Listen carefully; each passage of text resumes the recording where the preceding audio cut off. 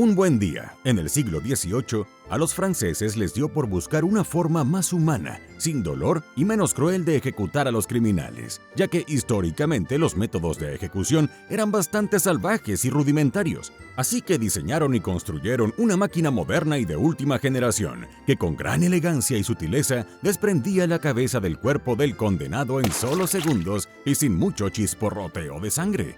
Si esa no es una expresión de humanidad, no sé qué lo sea.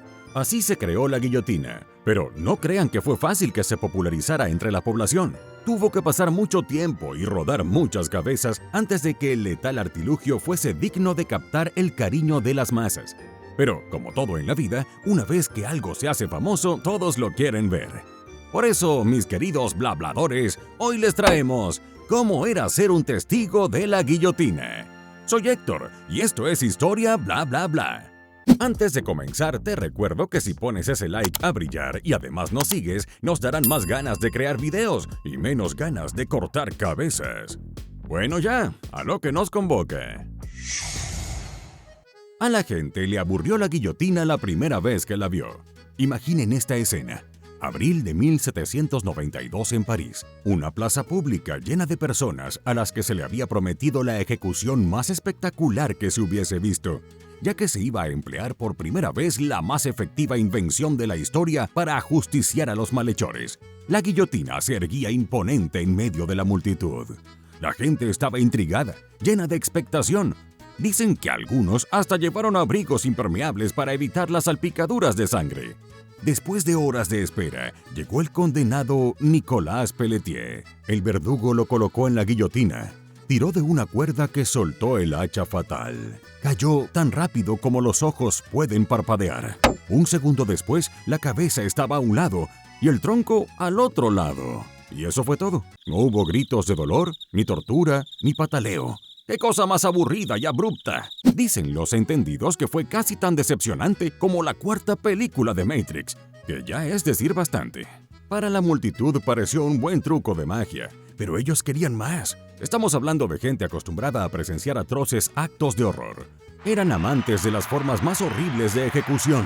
Por ejemplo, les encantaba que al condenado lo amarraran a la parte trasera de un caballo y lo arrastraran por la ciudad, para luego atar sus extremidades a 4 caballos separados y que cada uno alara para su lado, y el pobre hombre quedaba repartido por los 4 puntos cardinales.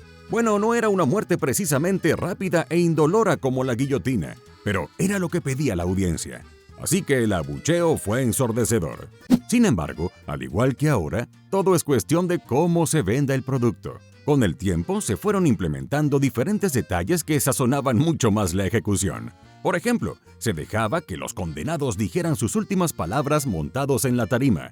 Esto creaba más empatía por parte del público. O, por el contrario, más repugnancia, lo que establecía una relación más cercana con quien estaba a punto de morir. También se le imprimió más show al asunto. Los verdugos comenzaron a entender que la gente los veía como algo más que funcionarios públicos. De hecho, muchos de ellos eran vistos como ídolos, verdaderos rock stars. Así que, después de cumplir con su misión, levantaban la cabeza del infortunado y la exhibían al público. Cuando hacían eso, la gente explotaba de emoción vitoreando al sanguinario. Algo no muy diferente a las corridas de toros de la actualidad, y que me perdonen los amantes de la tauromaquia. Y respecto a que el acto guillotinesco era muy rápido, la solución fue no enfocarse en la calidad, sino en la cantidad. Para cada convocatoria a las ejecuciones, traían los mismos grandes carros usados para trasladar leña, pero llenos de condenados. Y cuando digo llenos, es que estaban abarrotados, ya que se necesitaban muchas personas a quien matar, porque la guillotina era tan efectiva que podía cortar la voluptuosa cantidad de 12 tiernos cuellos en solo 13 minutos. Suena como infomercial de electrodomésticos, de esos que dicen, llame ya al número que ve en pantalla. Pero era exactamente así. A este punto, la guillotina era el artefacto justiciero por excelencia en la Francia del siglo XVIII. Se hizo tan popular que hasta se crearon especies de club de fans. En especial las mujeres eran fieles espectadoras de las ejecuciones. Había grupos de féminas que se reunían a ver a los verdugos ejercer la justicia decapitando a decenas de desdichados. Mientras iban ocurriendo las ejecuciones, ellas aprovechaban el tiempo para tejer, ponerse al día con las amigas, chismear un poco. ¿Y por qué no? Una picadita de ojo disimulada al verdugo de turno no estaba de más. A estas chicas se les llamaba les tricotees, que en español significa algo así como las tejedoras. Eran como cheerleaders, pero sacadas de algún libro de Stephen King. Muchas de esas mujeres le regalaban a sus niños pequeñas guillotinas de juguete. Incluso ellas mismas usaban aretes en forma de guillotina para verse a la moda y seguramente para conseguirse a algún hombre que perdiera la cabeza por ellas. Hubo miles y miles de decapitaciones en Francia durante los largos años que duró su implementación, pero a pesar de que el diseño de la guillotina era muy eficaz, no era infalible. Están documentados muchos casos de ejecuciones fallidas en las que los testigos presenciaron cómo la hoja metálica se quedaba atorada a medio camino, tal vez por falta de grasa o mala calibración. Incluso en más de una oportunidad, la cabeza del condenado no se cortaba completamente, dejándolo vivo y en un tremendo sufrimiento. Y si la guillotina no hacía el trabajo completamente, entonces el verdugo, quien era todo un profesional y muchas veces pertenecía a una larga casta familiar de cortacabezas, tomaba cartas en el asunto agarrando su hacha y terminando la tarea a mano. Imaginen el espectáculo. Y es que ser testigo de la guillotina te brindaba siempre experiencias diferentes. Hay testimonios de ver ojos y labios moverse en una cabeza recién cortada, lo que llevó a la realización de numerosos estudios científicos para determinar si realmente la persona muere apenas es decapitada. Recién en la década de 1950 se llegó a una conclusión.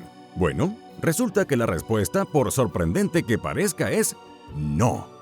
Al cerebro le toma unos 7 segundos dejar de funcionar después de que el cuello es separado del cuerpo, debido a la falta de sangre y oxígeno. Como dato adicional, la guillotina no fue de uso exclusivo de los franceses. Los repugnantes nazis la usaron durante los 12 horribles años que estuvieron en el poder. Hitler ordenó la guillotina como método de ejecución en la década de 1930. Según los registros nazis, la guillotina se utilizó para ejecutar a unas 16.500 personas entre 1933 y 1945, muchas de ellas combatientes de la resistencia y manifestantes políticos. Así es, una raya más para el tigre.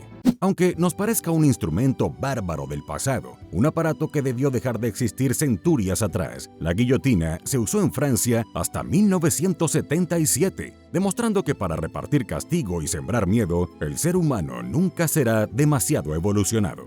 Y esto fue todo, querido blablador. No olvides darle like y suscribirte. Y si no quieres que perdamos la cabeza, haz clic en el siguiente video.